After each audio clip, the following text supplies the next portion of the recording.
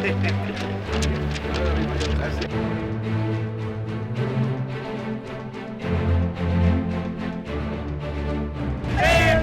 ¡Petro! ¡Petro!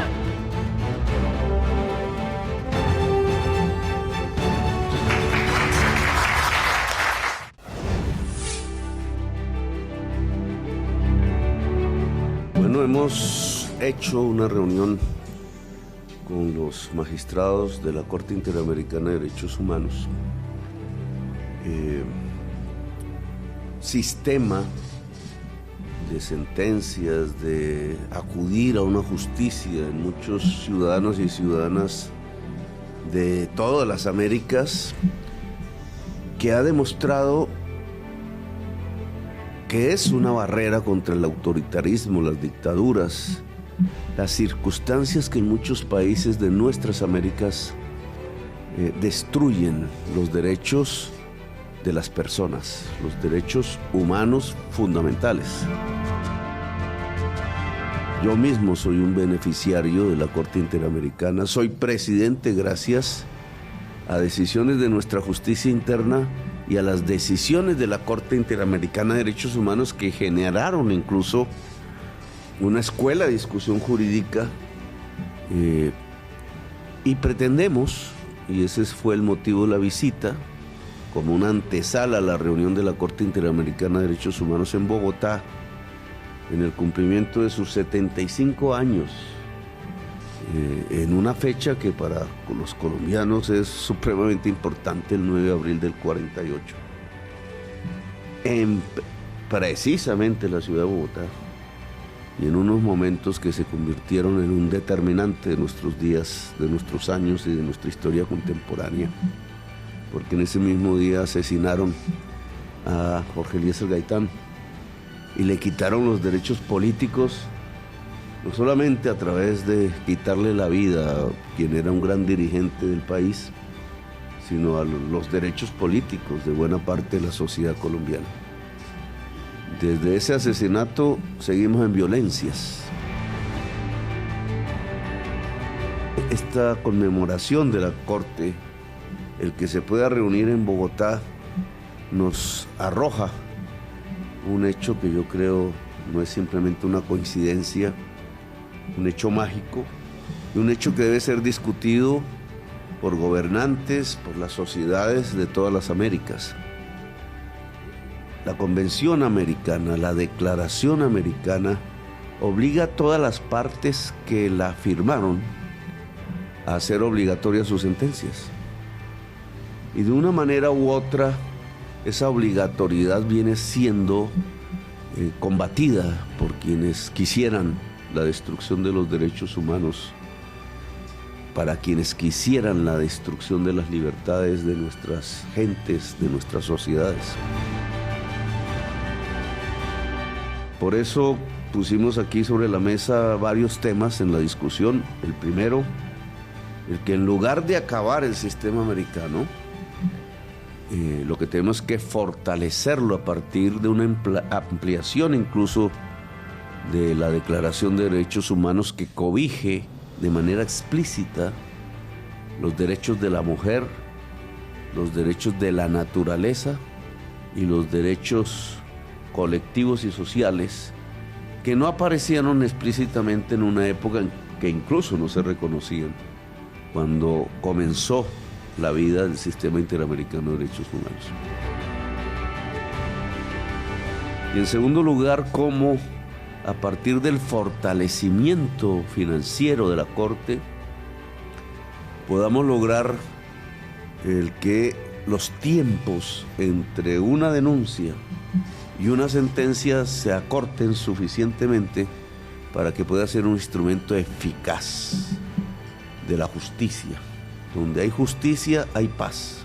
Dentro de esa defensa internacional también tenemos la defensa del Estado ante el sistema interamericano, y tenemos la Comisión Interamericana, cuya sede es en Washington, y Corte Interamericana de Derechos Humanos, cuya sede es en Costa Rica. Para nosotros, y lo he dicho explícitamente como gobernante, todas las sentencias de la Corte Interamericana de Derechos Humanos, 28 en total, Colombia no las ha cumplido. Solo una entre 28. Para nosotros esas sentencias son obligatorias.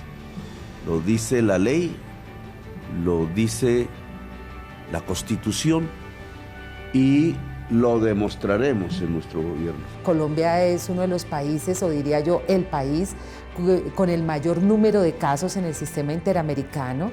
En este momento, a nivel de comisión, tenemos alrededor de 700 procesos y a nivel de corte solo tenemos un caso a nivel de corte.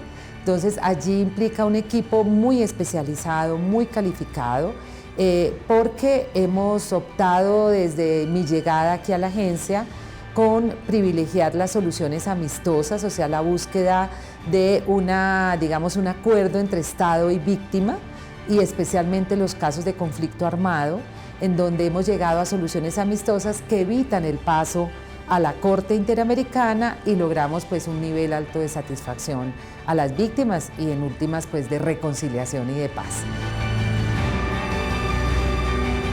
Colombia será un país que no solo respete lo que para nosotros es el bloque de constitucionalidad, el control de convencionalidad, sino que le pida a todos los países de las Américas que hagan lo mismo.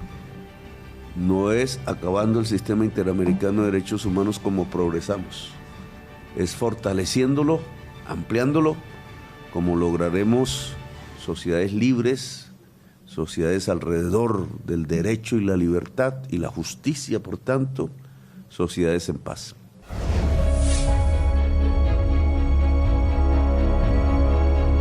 El pueblo colombiano y el pueblo de Costa Rica han sido hermanos. Tuvimos frontera sobre la tierra hasta hace 100 años, mantenemos frontera hoy marítima todavía, y somos pueblos, doctor Petro, que tenemos muchísimas similitudes. Entre los bilaterales, ¿cómo defender el café de buen gusto? De cafés no tan de buen gusto. Y cómo lograr mecanismos en donde el comercio internacional del café contemple cada vez más el lograr que valor agregado sobre nuestro café se puedan generar en nuestros propios países productores y no tener esa experiencia que ha dejado poca riqueza en nuestros países de vender el café en grano, en bruto prácticamente. El tema del café, hay ahora premios enormes para los cafés diferenciados, amielados, etc. Ya el café, para quien es inteligente, debería dejar de ser un commodity. Todos los cafés del mundo son iguales. No, Tota, Tarrazú, denominación de origen, amielados, eso lleva unos premios de precio fabulosos. Y nosotros somos pueblos cafetaleros todavía. Nos hemos diversificado, gracias a Dios, pero ahí estamos dejando plata en la mesa. El esfuerzo en un turismo de la biodiversidad natural, que es una gran fortaleza en general de América Latina, pero que en el caso costarricense y colombiano es de más nuestra gran riqueza y puede ser la base de nuestra prosperidad. La migración, fenómeno nuevo y creciente, sobre el cual tenemos que construir una política común latinoamericana. Hablamos del problema estratégico de la migración de cientos de miles de personas hacia el polo de atracción en el norte del hemisferio. Eso decidimos que el arreglo estructural, como dicen los economistas, las causas de raíz, va a costar muchísimos años y mucho esfuerzo de muchos, pero que también hay un interés táctico, no de eliminar el problema porque sería iluso, pero de administrarlo. Los problemas de inseguridad crecientes también por la forma multinacional que vienen adquiriendo las mafias de las drogas ilícitas. Quitarle a gente mala enormes cantidades de recursos económicos que les dan poder sobre la violencia. Y el doctor Petro, como hombre sofisticado, sabe que el Estado moderno se basa en un monopolio de eso. Sí. Y entonces hay contestabilidad en nuestros países creciente del monopolio del uso de la violencia. Y en el caso del crimen organizado internacional, esa contestabilidad viene de gente de valores ausentes. Y eso es un problema común que enfrentamos. Lo vamos a trabajar. Tenemos los mismos desafíos, decía el doctor Petro. Vea, los indicadores de Naciones Unidas, si no hacemos algo contra el cambio climático, me contaba él, dicen que la zona tórrida, Colombia, Panamá, Costa Rica, en algún momento se volverá inhabitable. Y para nosotros estos son paraísos terrenales. Clima, ausencia de inviernos, esos congelantes o veranos, verdaderamente, nuestros países son paraísos terrenales de biodiversidad. Comentábamos que Colombia y Costa Rica son los países que más diversidad por metro cuadrado Costa Rica tiene, y Colombia tiene todavía más diversidad por su enorme extensión.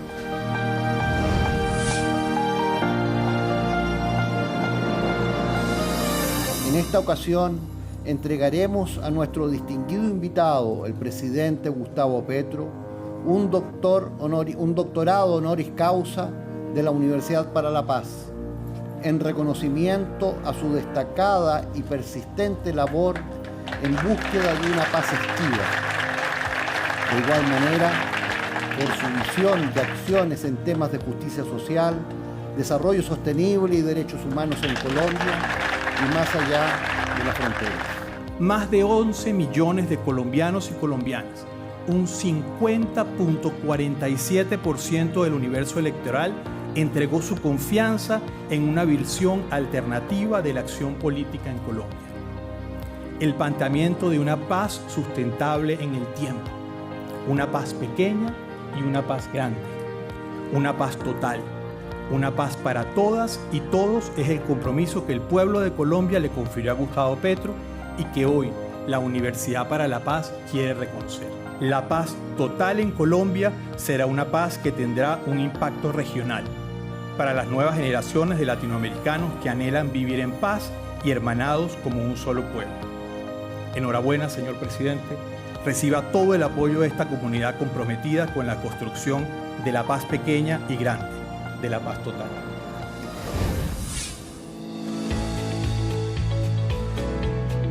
Por los objetivos de la universidad, sus programas, su misionalidad, es importante escuchar una visión de lo que ha sido el conflicto colombiano. De qué manera un análisis académico, nosotros no lo podemos hacer tanto, aunque tenemos el desarrollo de algo que se han llamado los violentólogos, personas que se dedican a analizar el conflicto del país, pero nosotros lo sufrimos, así que es importante verlo desde afuera, verlo como una experiencia humana dentro del planeta, ver qué lecciones podría arrojar para otros conflictos y la resolución de ellos. Al final se trata de resolver conflictos que tengan que ver con la violencia, con la muerte del contrincante. Nuestra historia republicana de más de 2 siglos es una historia de guerra. Es difícil encontrar, mucho menos una generación que sepa durante esos 2 siglos vivir en paz. No sabemos, no está ya ni siquiera en nuestro recuerdo. Eso no pasa en el mundo. Lo que cualquier colombiano o colombiana del común cree hoy que es normal, no pasa en la humanidad.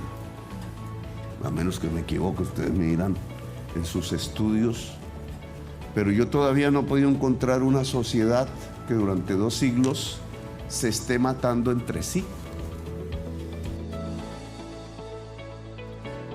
Incluso si la describiéramos históricamente, pero que hoy se sintetiza en estadísticas que se pueden obtener. Colombia es uno de los países más desiguales de la tierra. Si yo comparo Costa Rica y las mismas estadísticas, siendo la misma geografía prácticamente, casi teniendo los mismos orígenes hasta el tono de los dialectos, la misma biodiversidad natural, países de la belleza. En Costa Rica no hay ejército.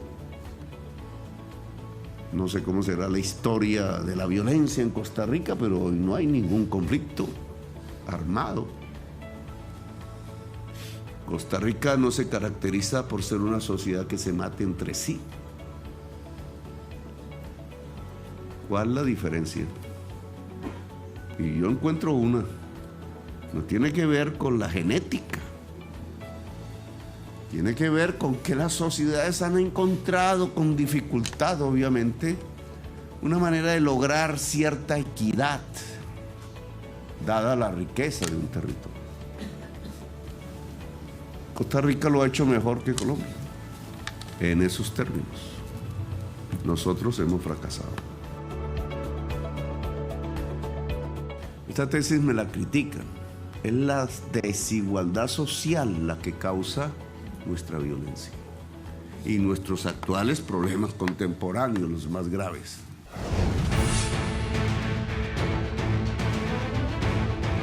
El desencanto con la democracia, este crece. La desdemocratización se fortalece en el mundo. La desconfianza recorre el planeta y con más fuerza en nuestra región latinoamericana. La democracia no está dando los resultados esperados. Se rompen acuerdos básicos y aumenta la polarización. Es fundamental recomponer el tejido social, la cooperación, la solidaridad y mejorar las condiciones de vida del mayor número. No fue la democracia lo que eliminó el conflicto, sino fue un conflicto que evolucionó o involucionó hacia lo que es hoy,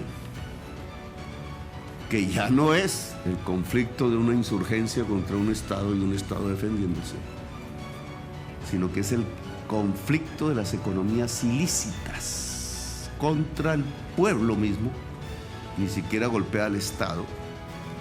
La economía ilícita trata de cooptar el Estado para ponerlo en su función, soborna, tiene mucho dinero, controla territorio y tiene que ver con lo que la humanidad en sus instancias representativas como Naciones Unidas o las relaciones de poder, si se quiere ser más preciso, a nivel mundial considera que es un delito. Y entonces nuestro conflicto ideológico armado se transformó en el conflicto de las economías ilícitas. Los ejércitos podrían vivir de la economía ilícita y permanecer perpetuamente allí. Ese es nuestro conflicto de hoy. No hemos podido salir del conflicto, solo que este tiene una característica. Puede salir de las fronteras. No respeta ya las fronteras. Hasta el conflicto ideológico de la Guerra Fría respetaba la frontera. Aquí no. Aquí se vuelve de las Américas. Aquí se va volviendo del mundo. Usa los conflictos armados para construir las rutas. Empodera gente con mucho dinero que incluso puede cooptar los estados. Compra jueces, compra policías, compra ejércitos, compra presidentes incluso. Es el crimen que vuelve a ejercer poder. Imitan eso a Hitler. Un criminal, quizás pequeño, que una vez llega al poder, potencia el crimen. Estamos en un mundo parecido.